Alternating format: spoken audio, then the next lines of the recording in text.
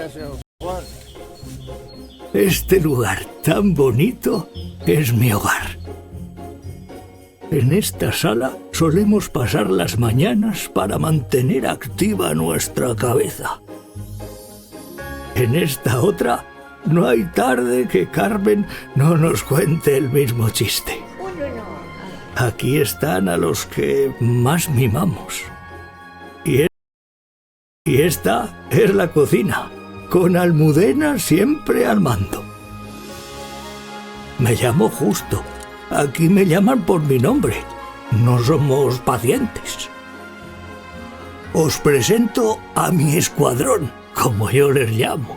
A mi médica, al psicólogo y por supuesto a la farmacéutica. Ya sé, no es muy común tener un servicio de farmacia disponible para ti. Nuestra farmacia tiene un almacén, una unidosis donde se prepara la medicación y un pequeño laboratorio. En este lugar, Minerva valida el tratamiento. Vamos, se asegura de que lo que mi médica me ha recetado es adecuado para mí. También estudia las dietas, valora cada una de nuestras nutriciones y se ocupa de que el equipo de enfermería tenga todo lo que necesita para cuidarnos. Cada semana, el escuadrón se reúne en esta sala para poner en común cómo nos encontramos y qué necesitamos. Siempre nos tienen en cuenta. Hoy mi amiga Concha vuelve del hospital. Llega con un tratamiento diferente con decenas de pastillas que no sabe cuándo tomar. Menos mal que Minerva se lo organiza y se lo aclara todo. Como no traga bien, le cambia algún medicamento para que se lo pueda tomar mejor. Saber que hay una farmacéutica cerca que se preocupa por nuestro tratamiento y que está disponible para cualquier duda.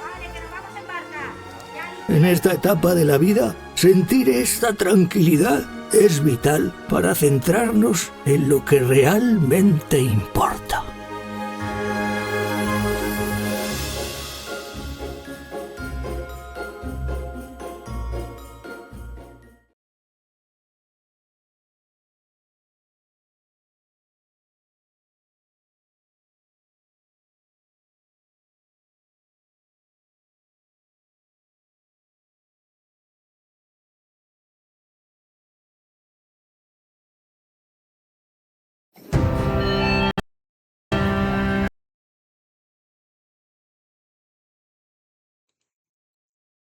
Hablo bastante con mis colegas, con los docentes, con los regentes de farmacia. En las conferencias que doy, hablo mucho de cómo la gente nos necesita y que nosotros no nos podemos limitar a un frasco.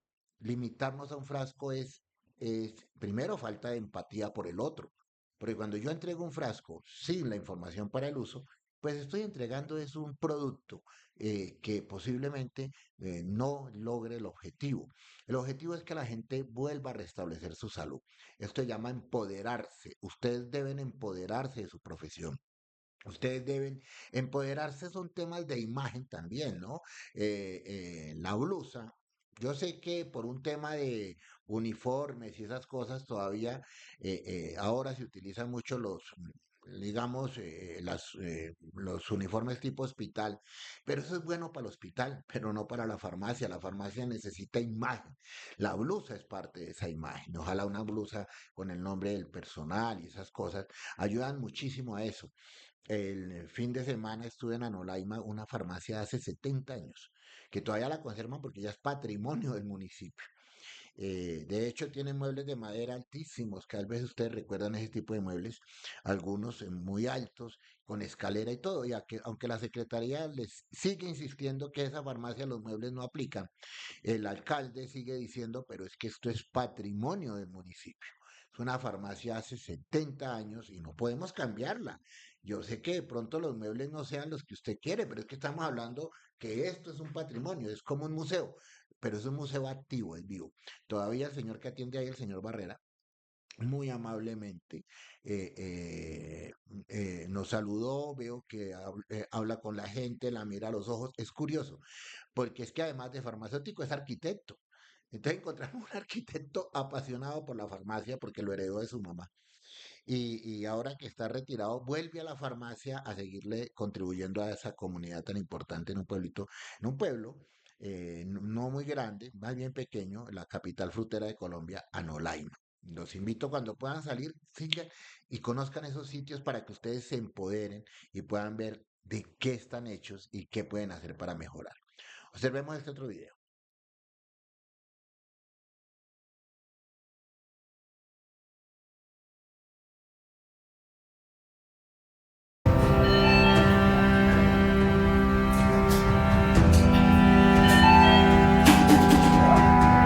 Siempre he sentido pánico a equivocarme. Cada cálculo de la estructura, la geometría, la calidad de los materiales. En ingeniería se comprueba todo una y otra vez, porque un solo milímetro mal calculado puede hacer que todo se derrumbe. Esto que me administran tiene un enorme poder. Puede curarme, pero también pueden dañarme si no es usado correctamente.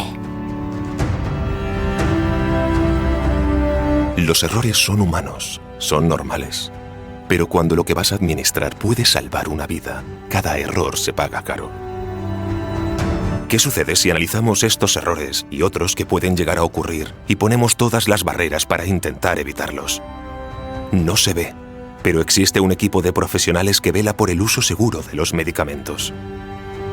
Hay una farmacéutica que se encarga de diseñar alertas en el programa de prescripción electrónica asistida que avisan al equipo médico de posibles errores. Todas las prescripciones médicas son revisadas por el equipo de farmacia para asegurarse de que todo está correcto. Hay medicamentos con nombre o apariencia similar que se reembasan para evitar fallos, sobre todo los de alto riesgo.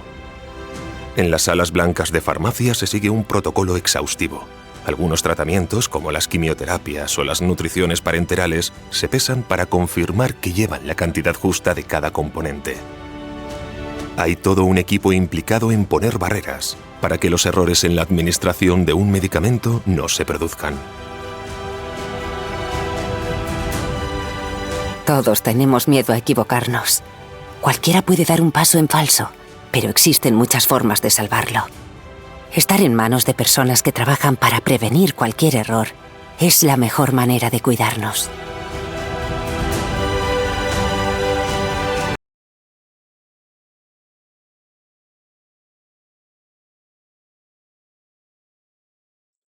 De eso hablaremos en esta quinta parte. Vamos a hablar de la dispensación y hablaremos de la seguridad del paciente.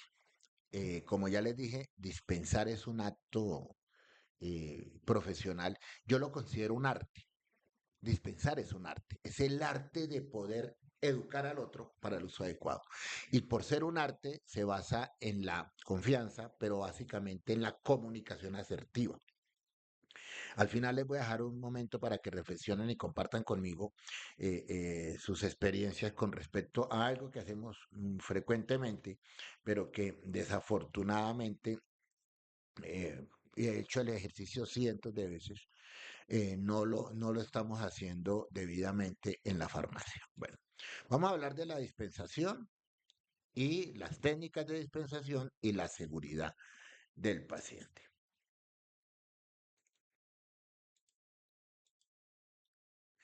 Comencemos por entender que los medicamentos no son un bien económico, no son una mercancía. Si bien tienen un valor, en el modelo económico que tenemos, todo tiene un valor.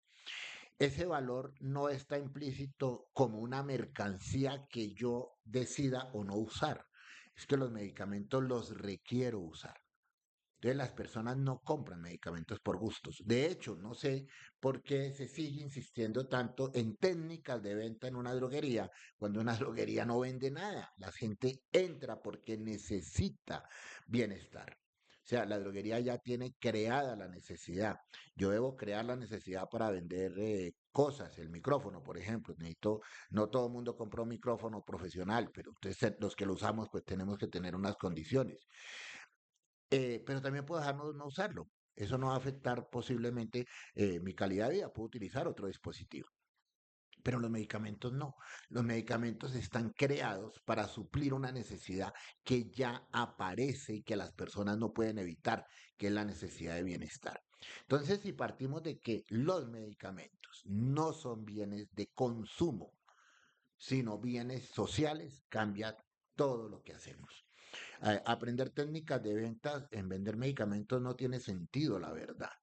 Y no tiene sentido por algo que es simple. El que tiene diarrea no espera una técnica de venta para comprar algo para la diarrea.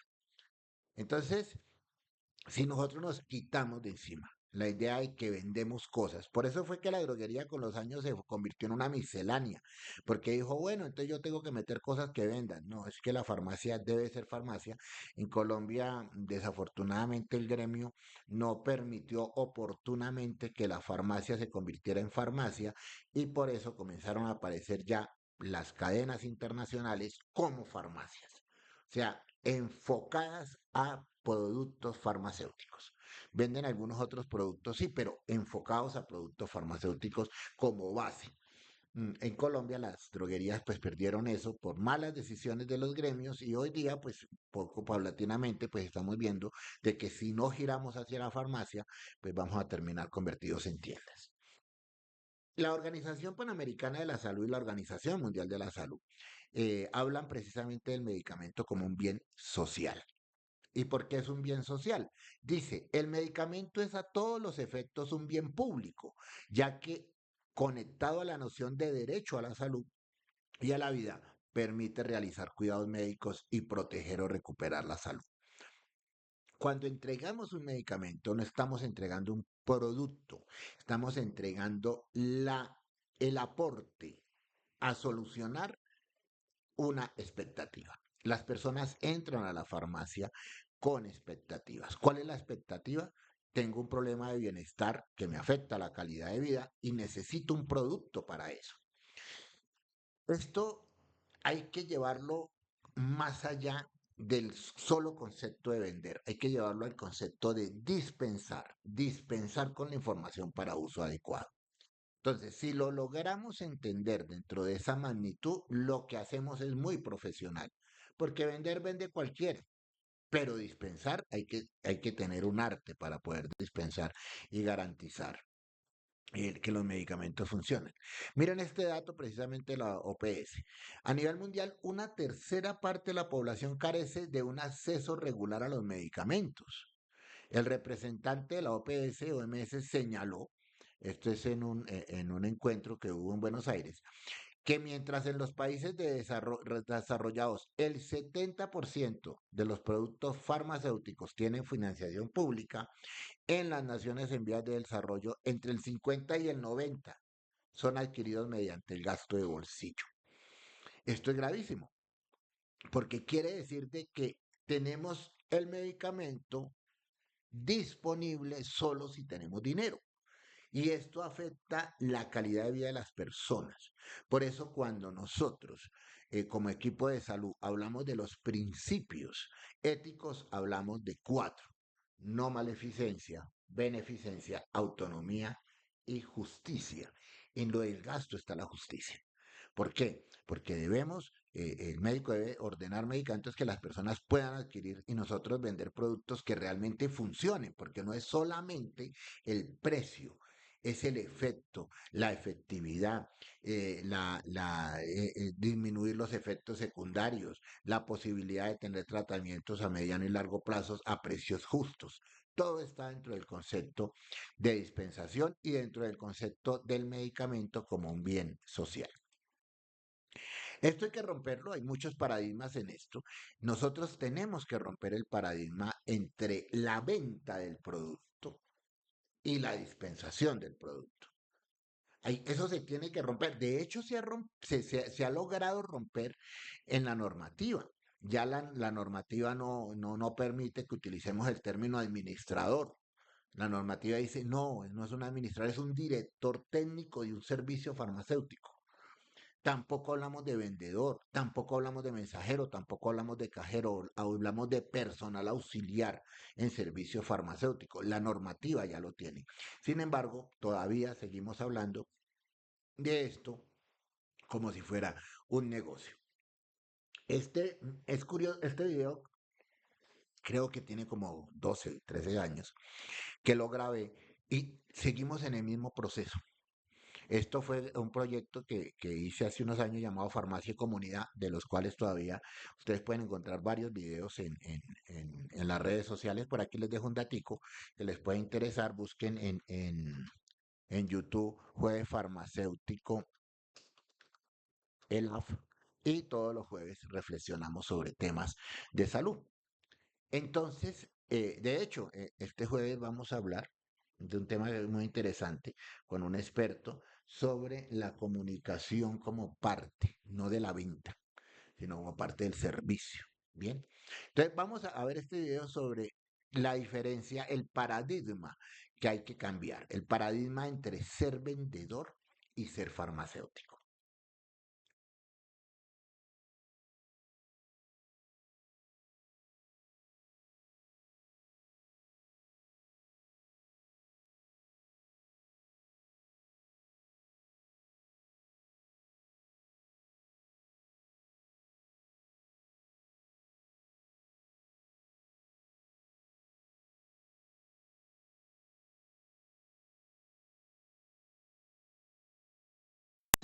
Buenas tardes. Vamos a observar cómo funciona el actual sistema de manejo de farmacias y cómo debería de funcionar a futuro. La farmacia ha tenido grandes cambios en los últimos años y el farmacéutico es protagonista de esos grandes cambios. Hablaremos de la dispensación en la farmacia. ¿Cómo es actualmente? Actualmente hay un ser humano al que llamamos cliente por la idea errada de la relación valor-servicio. Ese cliente presenta un síntoma y debería ir al médico, pero en muchos casos prefiere la automedicación. El médico inicialmente debe comenzar terapias con tratamientos no farmacológicos y una vez hecho el proceso no farmacológico, ordenar medicamentos si se requiere. Por automedicación las personas llegan directamente a los medicamentos. Y para adquirir esos medicamentos va donde un vendedor de farmacia. Él hace su venta y termina el proceso. Así funciona actualmente el sistema de droguerías en Colombia. Observemos cómo debería ser. Ese ser humano, cuando presenta un síntoma, es un paciente. Y ese paciente debe asistir al médico o en otro caso asistir al farmacéutico. Mire que no estamos hablando de acceder directamente al farmacéutico. Cuando asiste al farmacéutico, este lo envía al médico y el médico o incluso el farmacéutico, cuando se trata de medicamentos OTC, da apoyo no farmacológico. El médico puede ordenar directamente medicamentos o el farmacéutico apoyar la automedicación responsable. Así es como llega el paciente al medicamento. Ese paciente debe regresar al farmacéutico para que él le aconseje el uso adecuado, la adherencia a la terapia y cómo cumplir con cada una de las pautas. Eso garantiza la terapia. E iniciar un proceso de seguimiento a la terapia. Así se llega a salud y satisfacción. Pero resulta que en muchos casos puede que no sea suficiente esa terapia y algunos casos pueden ser causados por el no uso adecuado de medicamentos. Y para eso entonces iniciamos el proceso de atención farmacéutica. Ese proceso de atención farmacéutica debe contribuir de nuevo a salud y satisfacción. Así debería ser el futuro del ejercicio de la farmacia. ¿En dónde prestar ese servicio? Ese servicio se presta a través de los consultorios farmacéuticos. Colombia está comenzando a ingresar a ese tipo de mercados. Las grandes cadenas ya comienzan a ofertar. Así es entonces como debería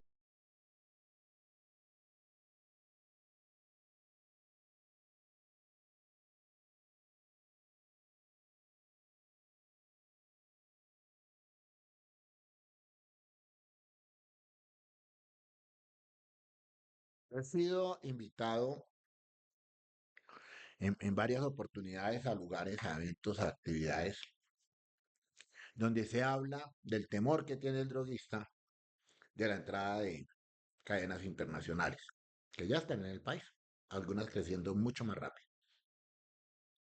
Y eh, generalmente veo que la discusión gira sobre el producto, sobre dar descuentos, sobre la venta y bueno, ese tipo de cosas.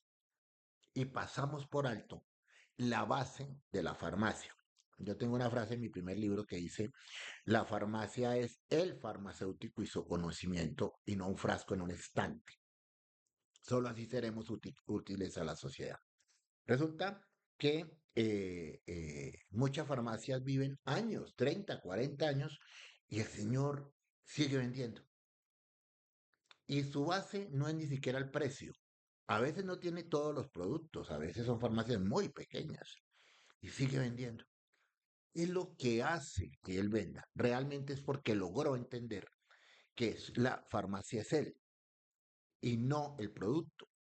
Y que lo que él proyecta hacia la comunidad se lo devuelve en serle constante, ser el primer sitio de consulta permanente. Entonces, tenemos que replantear varios elementos de lo que hacemos como farmacia y tiene que ver precisamente sobre si lo que hacemos corresponde realmente a nuestra función como farmacéuticos o solamente como vendedores.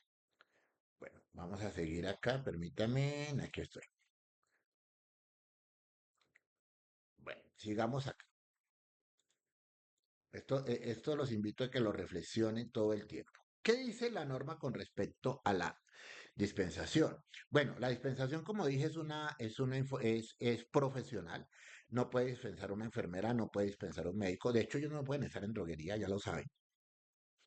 Y dice claramente la norma en el decreto 180 del 2016. Es la entrega de uno o más medicamentos dispositivos médicos. Luego esto se amplió a los conceptos de producto farmacéutico y la información para su uso adecuado. Realizada por el químico farmacéutico o el regente de farmacia. Miren que no habla de que otra persona pueda hacerlo. Existe una claridad. Dice la norma que lo que hacemos en la dispensación tiene que ser lo siguiente, y mire que es obligatorio porque forma parte de las obligaciones del dispensador. Entonces, esta obligación esto no es de gusto, es que toca, dice la norma, es obligatorio, decreto 180 del 2016. Uno, debemos hablar de las condiciones de almacenamiento porque con eso garantizamos la efectividad del producto. Dos, cómo reconstituir los medicamentos. Esto es muy importante porque cuando la mamá no sabe cómo preparar un antibiótico que viene en polvo para suspensión y que hay que darlo en suspensión oral, pues si echa agua de más o de menos varía la concentración y de manera muy sencilla debemos de hablarle de la concentración de los medicamentos. Cómo medir la dosis, entendiendo que en Colombia, recuerden que las dosis tienen que estar unidas al sistema métrico decimal. O sea, que ya no hablamos de cucharas, de cucharaditas, sino que hablamos de la dosis en una unidad de medida. Por eso algunos productos traen el dispositivo, el recipiente para medirlos, pero a nosotros nos toca orientar al paciente para hacerlo.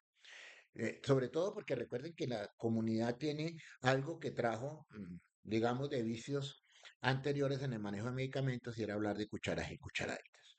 ¿Qué cuidados tener durante la administración? Esto es muy importante. Los cuidados sobre la administración, las interacciones con alimentos y otros medicamentos, y que forma parte de la prevención de los problemas relacionados con el uso de los medicamentos, como vimos anteriormente, las advertencias sobre efectos adversos, contraindicaciones y algo muy importante que es la adherencia a la terapia. Esto es obligatorio siempre que se entregue un producto farmacéutico. Por eso la norma dice obligación. Veo que se pasa por alto eso, esto en gran medida por desconocimiento, porque en ocasiones contratamos personas que tienen actitud de vendedor, pero no actitud de farmacéutico. Y creemos que porque de alguna manera vende, está haciendo las cosas bien y no es así, es que la norma obliga a que tenemos unas responsabilidades. Pero también la norma hace una aclaración. Resulta que más del 75% de las farmacias comunitarias, droguerías, en Colombia no pueden contar con un químico farmacéutico o un regente de farmacia. Entre otras muchas razones, porque es un recurso humano que no está disponible en todas las regiones y que nunca existirá, miren la palabra, nunca existirá suficiente recurso humano idóneo. Siempre faltará recurso humano porque es mayor la cantidad de farmacias que de farmacéuticos que hay en Colombia. Por eso, la norma autoriza a otras personas, que en este caso es el expendedor de drogas, de acuerdo a la resolución 1070 del 90, lo autoriza para ser director técnico solo en droguerías. Pero aquí la norma sí hace una aclaración. Eh, Dice que solamente, y esto ya forma parte de la definición, la amplió más, dice cuando la dirección técnica del establecimiento, cuando la dirección técnica del establecimiento o de la droguería o del establecimiento esté a cargo de personas que no ostenten título de químico farmacéutico, regente de farmacia, la información es menor. Y aquí sí tenemos un problema muy serio con la información al paciente. Solamente, dice, y dice claramente la norma, debe ofrecer al paciente, versará únicamente, o sea, no puede decir más, es lo que debe decir, con las condiciones de almacenamiento, la forma de reconstitución de los medicamentos cuya vía de administración sea oral, no puede hablar de otros tipos de reconstitución, algunos productos sí lo requieren, por ejemplo, algunos que tienen dispositivos especiales, la medición de la dosis, ya dije, unido pues al sistema métrico decimal, cuidados a tener a la administración y la importancia de la adherencia a la terapia. Falta información, claro, y esto sí es un tema que debemos revisarlo muy bien, porque es que sí hay información que deberíamos de dar y que no damos. Ya les digo cuáles son. Si hacemos la comparativa entre qué puede decir y qué no puede decir, miren que la droguería a cargo de un expendedor de drogas da menos información al paciente. Esto es una invitación para que ustedes se conviertan en regentes de farmacia si no lo son, porque es un ciclo normal y natural dentro de una profesión. O sea, no es suficiente con ser técnico en farmacia o con tener una credencial, hay que ser profesional del área si yo entiendo que lo que hago es de profesionales. Y ya saben, hay más de 24, creo, en estos momentos, 24 universidades que prestan el programa de regencia de farmacia. ¿Qué es lo que no puede decirse cuando es un expendedor de medicamentos? No puede hablar de interacciones, no puede, ni con medicamentos y otros alimentos. No puede hablar sobre eventos adversos y no puede hablar sobre contraindicaciones. Ojo, la norma dice claramente versará únicamente. ¿Sobre qué? Condiciones de almacenamiento, reconstitución de vía oral, cómo medir la dosis, cuidado de administración y la importancia de la adherencia a la terapia.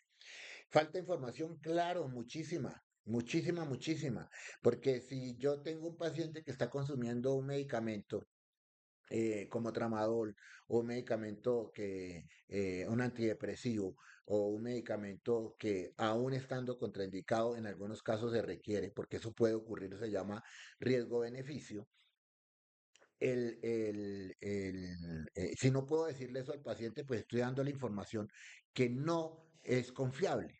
Y aquí es donde debemos entonces de repensar si es suficiente con tener un expendedor de drogas o un técnico o si ya es momento de ir pensando en la profesionalización.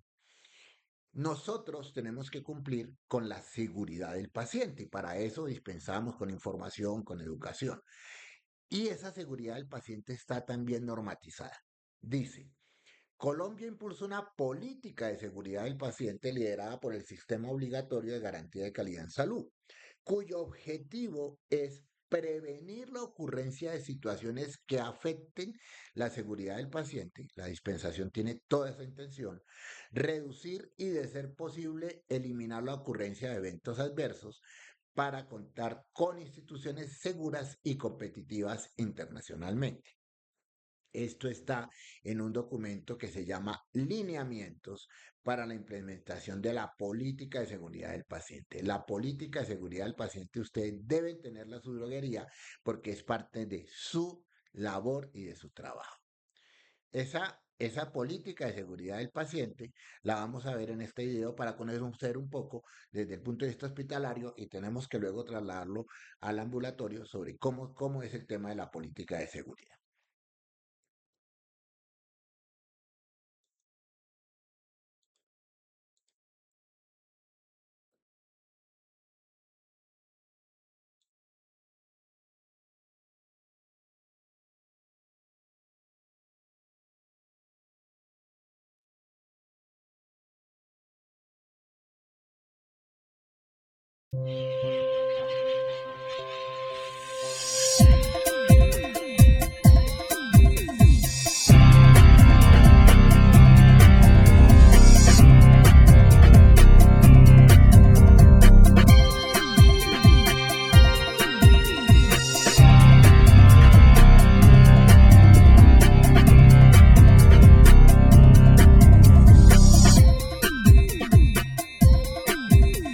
Política de seguridad del paciente.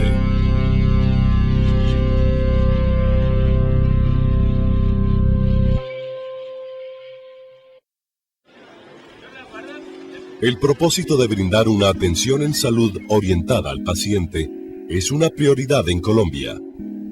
Desde el año 2004, el Sistema Obligatorio de Garantía de Calidad de la Atención en Salud impulsa una política de seguridad del paciente, la cual ha requerido acciones coordinadas de múltiples actores y, sobre todo, un cambio cultural en las organizaciones del país.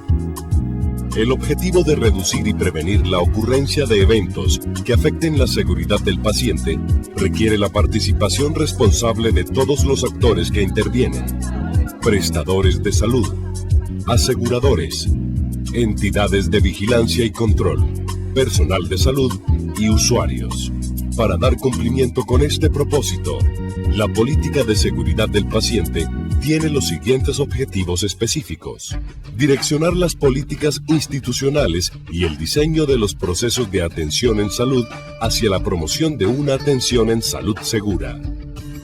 Disminuir el riesgo en la atención en salud brindada a los pacientes. Prevenir la ocurrencia de eventos adversos en los procesos de atención en salud mediante el despliegue de metodologías y herramientas prácticas que mejoren las barreras de seguridad. Coordinar los diferentes actores del sistema hacia mejoras en la calidad de la atención, que se evidencien en la obtención de resultados tangibles y medibles. Homologar la terminología a utilizar en el país. Educar a los pacientes y sus familias en el conocimiento de los factores que pueden incidir en mejorar la seguridad de la atención de que son sujetos. Difundir en la opinión pública y los medios de comunicación los principios de la política de seguridad del paciente. Articular y coordinar con los principios, los objetivos y estrategias de la seguridad del paciente, los diferentes organismos de vigilancia y control del sistema.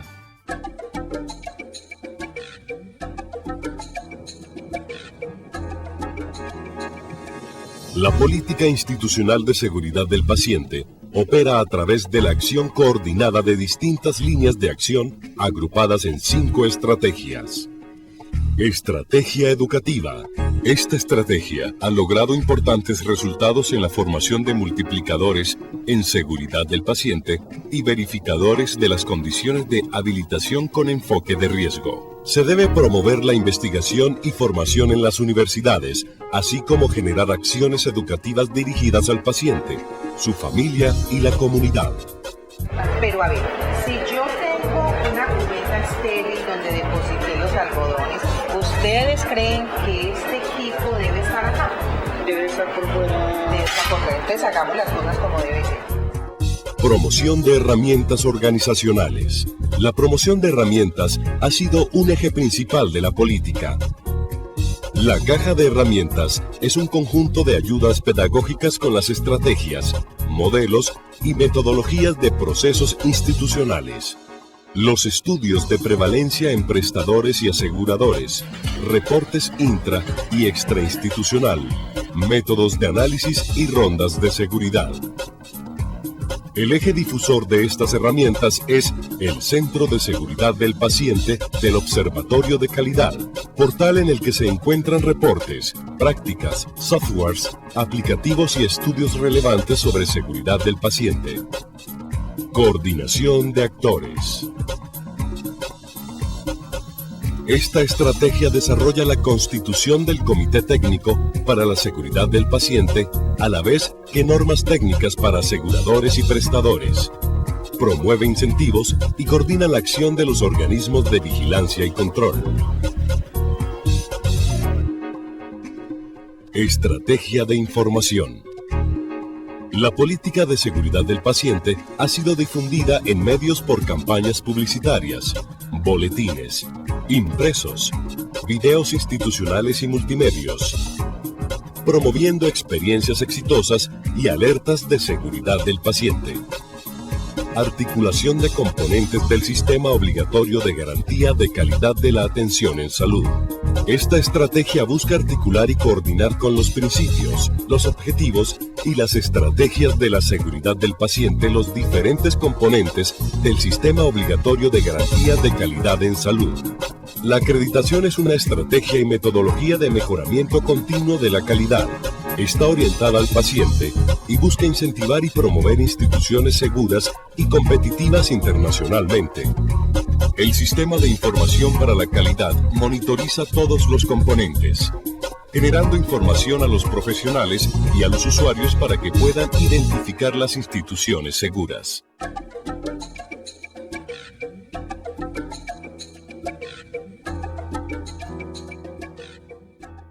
El modelo conceptual de la política de seguridad del paciente incluye enfoque técnico.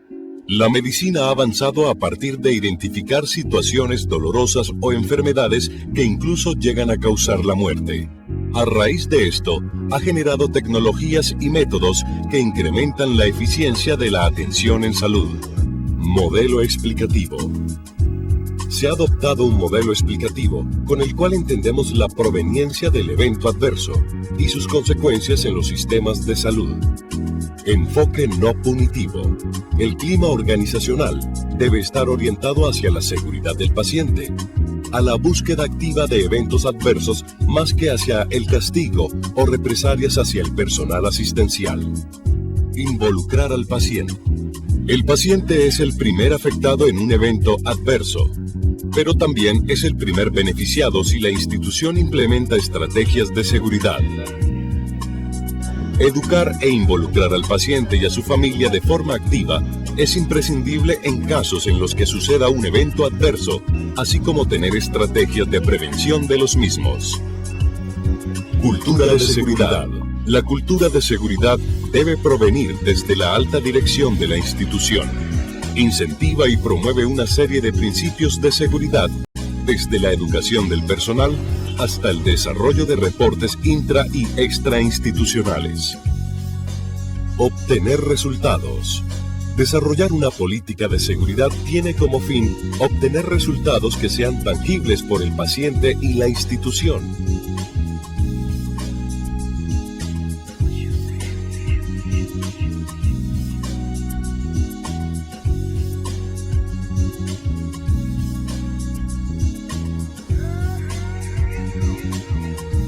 Al analizar cuidadosamente la ocurrencia de un evento adverso, nos damos cuenta que es debido a una serie de deficiencias y fallos concatenados que condujeron a esta situación. El evento adverso es una lesión o daño no intencional que le ocurre a un paciente mientras es atendido. Este se denomina cuando hay daño o lesión. Es atribuible a la atención en salud. Es involuntario. El evento adverso también puede ser no prevenible. Este es un resultado no deseado, no intencional, que se presenta a pesar del cumplimiento de los estándares del cuidado asistencial. Un incidente es un evento o circunstancia que sucede en la atención clínica que no le genera daño al paciente, pero en su ocurrencia se incorporan fallas en los procesos de atención. Para entender a fondo la procedencia del evento adverso, el modelo explicativo del queso suizo planteado por James Reason nos muestra cómo atraviesa un peligro por las distintas fases del sistema de atención. Para que se produzca un daño, es necesario que se alineen múltiples fallos en los sistemas. Y así como los orificios de un queso suizo, los fallos permiten el paso del peligro en el proceso de atención hasta convertirse en un daño o lesión al paciente. Es allí cuando se produce el evento adverso. Utilicemos un símil para entenderlo mejor. Supongamos que una señora deja caer una matera accidentalmente a la calle. Puede que no ocurra nada si estaba en un primer piso. Si sucediera lo mismo desde un tercer piso, habría mucho ruido tras la caída. Pero si en ese momento cruzara la calle alguna persona, ocurriría un grave accidente. Esta es la razón por la cual hay que hacer vigilancia de eventos adversos. En el caso de la señora, es el error que cometió en 3 ocasiones y en una de ellas hubo daño. En el sector de la salud contamos con una caja de herramientas diseñada para mejorar los procesos de atención en salud. La caja de herramientas es un conjunto de estrategias, modelos y metodologías basadas en las mejores prácticas de cada área del conocimiento. Las herramientas proporcionadas son: reporte intrainstitucional de eventos adversos, tamizaje para la vigilancia intrainstitucional, protocolo para la investigación y análisis de eventos adversos, Protocolo de Londres, rondas de seguridad, software de seguridad del paciente, encuesta de clima de seguridad del paciente, paquetes instruccionales, guía técnica de buenas prácticas en seguridad del paciente, metodología de estudio IDEAS, protocolo de revisión de la utilización. Estas herramientas permitirán mejorar la seguridad brindada al usuario durante el proceso de atención.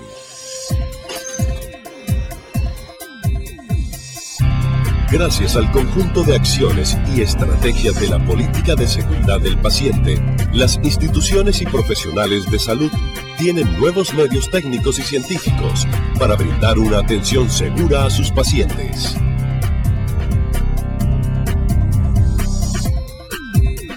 Política de seguridad del paciente.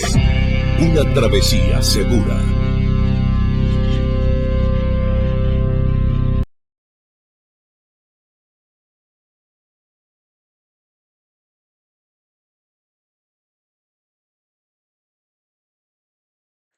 Tengamos en cuenta que nosotros tenemos una responsabilidad inmensa porque lo que nosotros entregamos es ambulatorio. Los hospitales tienen muchas maneras de controlar y aún así existen errores. Pero imagínense que nosotros estamos entregando al paciente final para que lo utilice en su casa. Y, esa, y eso hace que nuestro trabajo tenga unas implicaciones de todo tipo, pero una implicación en la seguridad del paciente inmensa. ¿Cómo podemos nosotros desde la farmacia garantizar la seguridad del paciente? Ahora les dejaré en la plataforma virtual un material de apoyo. Pero revisemos lo básico. Lo primero es recordar siempre, colóquelo en una cartelera, téngalo ahí, los 5 correctos, y enséñelo a los pacientes, a los cuidadores, que siempre administramos, damos el medicamento correcto al paciente correcto, el medicamento correcto, la vía de administración debe ser la correcta, la dosis la correcta y la frecuencia correcta. Ojo con la frecuencia. La dosis es más manejable cuando estamos al tanto, pero es que la frecuencia a veces se pierde porque no logramos explicar muy bien la frecuencia. Siempre recuerden que los medicamentos se deben administrar en el rango entre las 6 de la mañana y las 10 de la noche, porque entre las 10 de la noche y las 6 de la mañana el paciente debe descansar. ¿Qué ocurre con una señora que va por un medicamento para dar cada 8 horas a las 9 de la noche, digamos 8 de la noche, y le pregunta, ¿qué hacemos? ¿Le doy el otro a las 4 de la mañana? No, señora, usted da la dosis de hoy, que es la dosis inicial, y mañana inicia a las 6 de la mañana. Bien, por eso los medicamentos, algunos que son cada 4 horas, como el aciclovir, por vía oral, no vienen sobre de 6, sino sobre de 5, precisamente para que sean 5 dosis y no 6, para poder cumplir con eso. La otra tiene que ver con los tres momentos de lectura. ¿Cuáles son los tres momentos de lectura? El primer momento siempre, cuando llegue la persona o cuando nos traiga la solicitud, hay que estar atento del primer momento. El primer momento es leer la información de la fórmula delante del paciente. O si es una solicitud, hacer todas las preguntas que tengamos que hacer para asegurar de que efectivamente es la persona indicada y el medicamento adecuado. Si bien la automedicación, el paciente puede seleccionar el medicamento, es una obligación nuestra brindar la asesoría para el uso adecuado. Segundo momento de lectura es ir al estante con la fórmula en mano o la solicitud en mano, ir al estante y poder confrontar entre lo que me piden con lo que tengo al frente. Y el tercer momento de lectura es el momento de entregar el medicamento. Abro, demuestro al paciente el medicamento, le leo la fórmula, miro la concentración, le muestro la fecha de vencimiento, si es un producto que viene sellado y ya lo ha pagado, le digo, cuando lo pague, igual vamos a abrir el producto para ver que el contenido corresponde. ¿Listo? Esto es muy importante y hablarle de la fecha de vencimiento. Tengan en cuenta que los medicamentos tienen dos fechas de vencimiento para el paciente: el de la vida útil, que es el que está en la caja, y el de la estabilidad, que es una vez se abre. Ustedes deben conocer todos estos principios. Volviendo a algo que les mostré ayer, ¿cuál fue el error que cometió el auxiliar que llevó a la muerte de los dos niños en el 2020? Prácticamente todos, porque no tuvo en cuenta la información que había que darle al paciente al momento de dispensar. Ahí había un regente de farmacia, o sea, tenía que hablar de todos los tópicos, pero también no confrontó, no hizo lectura de los dos momentos iniciales y el más grave de todos, no hizo el tercer momento de lectura, que es cuando entrega el medicamento. La norma obliga a hacer seguimiento, ¿sabían? Y después de la dispensación hay que hacer seguimiento para poder garantizar el uso, pero también para estar alerta a los casos que merezcan ser reportados por farmacovigilancia. Ese seguimiento reafirma nuestra labor como farmacéuticos y pues apoya a las comunidades. Ahora, antes de las obligaciones y las prohibiciones, les dejo esto un momento ahí para que ahorita lo hablemos. Habla en sus micrófonos y me puedan contar qué ocurre cuando alguien va por una jeringa de insulina. Bien, voy a compartirles el último cuestionario. Aquí está, permítame que es que se me cerró. Voy a compartirles el último cuestionario para que lo realicemos y ya vamos con la última parte.